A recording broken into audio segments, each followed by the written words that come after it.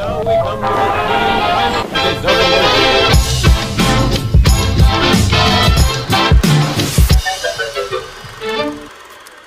Gawa tayo ng ginisang repolyo with itlog. So maglagay tayo ng oil. Maga na naman mga kamamsi, mag-prepare tayo ng pang-ulam natin sa umagahan. Meron tayo ditong 4 na itlog na XL. Titimplahan na natin yan. Lagyan natin ng konting asin, konting pamintang durog, konting seasoning. Then batihin natin.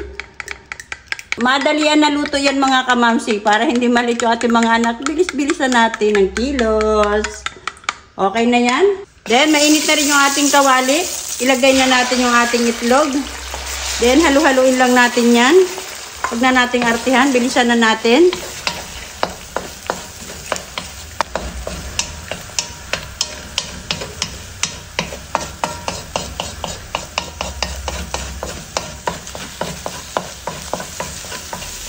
So, ayan, na-mekos na natin yung ating itlog. Tanggalin na natin. Okay na yan. Maglagay tayo ng oil. Naglagay tayo ng 2 biraso na bawang. Then, gisa-gisahin lang natin yan. At syempre, ihulog na rin natin yung isang sibuyas. Then, isang carrots na ginayat-gayat ko into strips. And then, 2 piraso na sibuyas daunan. Then, ahagis-hagisahin nyo lang yan. And then, alagay na natin yung ginayat-gayat natin na repolyo.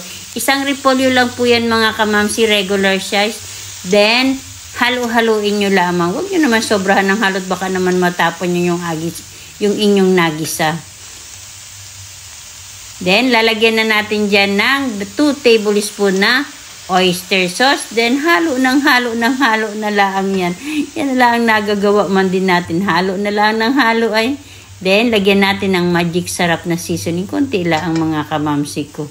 And then, alagay na natin yung 4 na itlog na pinirito natin kanina. Then, gisa-gisa lang natin yan. Haluin lang natin ng bahagya para naman hindi masyadong madurog yung ating itlog. Anong sarap man din yan mga kumare. As in talaga masarap siya. Yan yung inulam ko ng umagahan, tanghalian, hapunan. Ay sa totoo lang. At try nyo yan mga kamamsig. At anong sarap naman talaga. Yan. Halu-haluin lang natin yan. Then at pagkatikim ko niyan ay napasok pa man din ako. Hanggang ngayon man din ay medyo hapdi-hapdi pa yung dila ko. Yun ang napapala sa tikim ng tikim. Di po ba? So, naglagay ako dyan ng konting patis.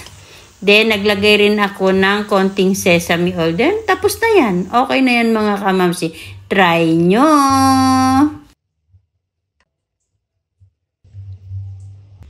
So, eto na mga kamamsi, ang ating ginisang repolyo with itlog. Kain po tayo mga kamamsi!